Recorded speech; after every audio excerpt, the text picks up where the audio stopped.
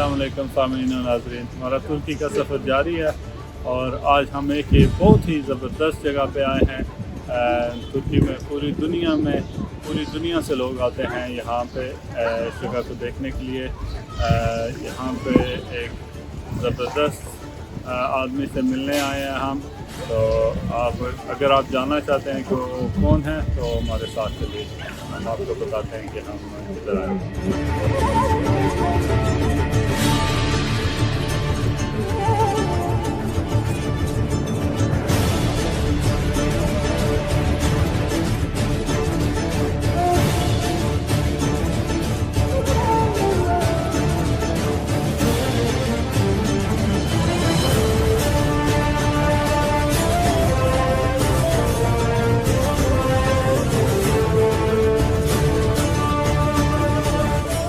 बताते चले कि हम आए हैं उस्मान गाजी के मज़ार मुबारक पे। तो अभी हाज़िरी देते हैं, फातिहा शरीफ पढ़ते हैं और आपको भी दिखाते हैं। ये मज़ार का बिल्कुल सामने वाला हिस्सा है, एंट्रेंस है ये दरवाज़ा, और इस दरवाजे से हम अभी अंदर जाते हैं। और एंट्रेंस जो है बड़ी शानदार है मकबरे की। और साथ में ये देख रहे होंगे इन्होंने वो जुब्बे वगैरह रखे हुए हैं। जो फॉरनर्स आते हैं अगर वो प्रॉपर तरीके से ड्रेस नहीं उन्होंने पहना हुआ तो ये जुब्बा वगैरह ऊपर पहन लेते हैं और उसके बाद जो है अंदर चलते हैं। और जैसे ही मकबरे के अंदर हम एंटर होते हैं आपको सबसे एक बड़ी कब्र नज़र आएगी जो सुल्तान उस्मान गाजी की कब्र है। और उसके ऊपर जो है एक बहुत ही बड़ा फानूस लगा हुआ है और उनकी साइडों के साथ उनकी फैमिली की जो कब्रें हैं वो हैं। और मकबरे की सीलिंग्स हैं वो भी काफ़ी हाई हैं और सेंटर में एक डोम है, जैसे मस्जिदों में डोम होते हैं यहाँ पे टर्किश डाल के। और ऐसे आप एहसास होता है कि आप बहुत ही ज़बरदस्त जगह पे हैं कहीं पे। ये सामने जो आपको कब्र नज़र आ रही है ये शहज़ादे अलादीन जो बेटे थे सुल्तान उस्मान के, उनकी कब्र है। और ये सामने आपको सुल्तान उस्मान गाजी की कब्र नज़र आ रही है। इसकी साइडों पे बड़ी मुनफरिद सी जाली या ग्रिल जिसे हम कहते हैं उस तरह की चीज़ लगी हुई है और बड़े उस पर ज़बरदस्त डिज़ाइन बने हुए हैं। और मज़ार के चारों तरफ खिड़कियाँ और ऊपर जो है बहुत ही खूबसूरत लाइटें लगी हुई हैं।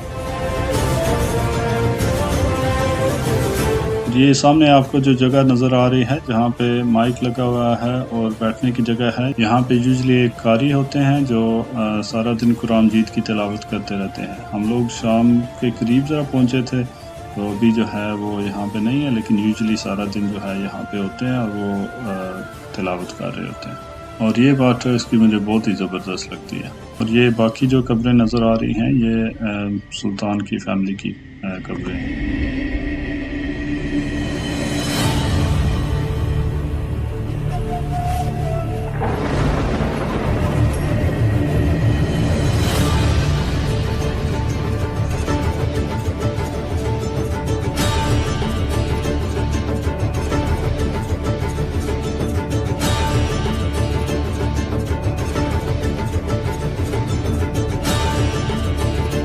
और ये उस्मान गाजी के मज़ार के बाहर हैं और यहाँ पे भी कुछ कब्रें हैं उनकी फैमिली की।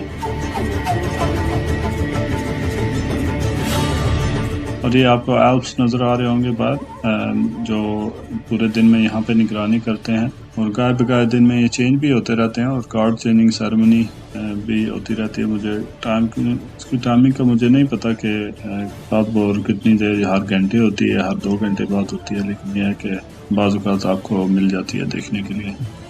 और ये उस्मान के मज़ार के साथ ही पीछे जो है एक छोटा सा अहाता है, वहाँ पे आपको ये पुरानी स्टाइल की जो तोपें वगैरह नज़र आ रही होंगी। और इसके अलावा यहाँ पे काफ़ी ऊंची जगह एक बड़ा पिकनिक पॉइंट भी है जहाँ से आपको पूरे बुरसा का जो है व्यू नज़र आ रहा होता है, बहुत ही ज़बरदस्त।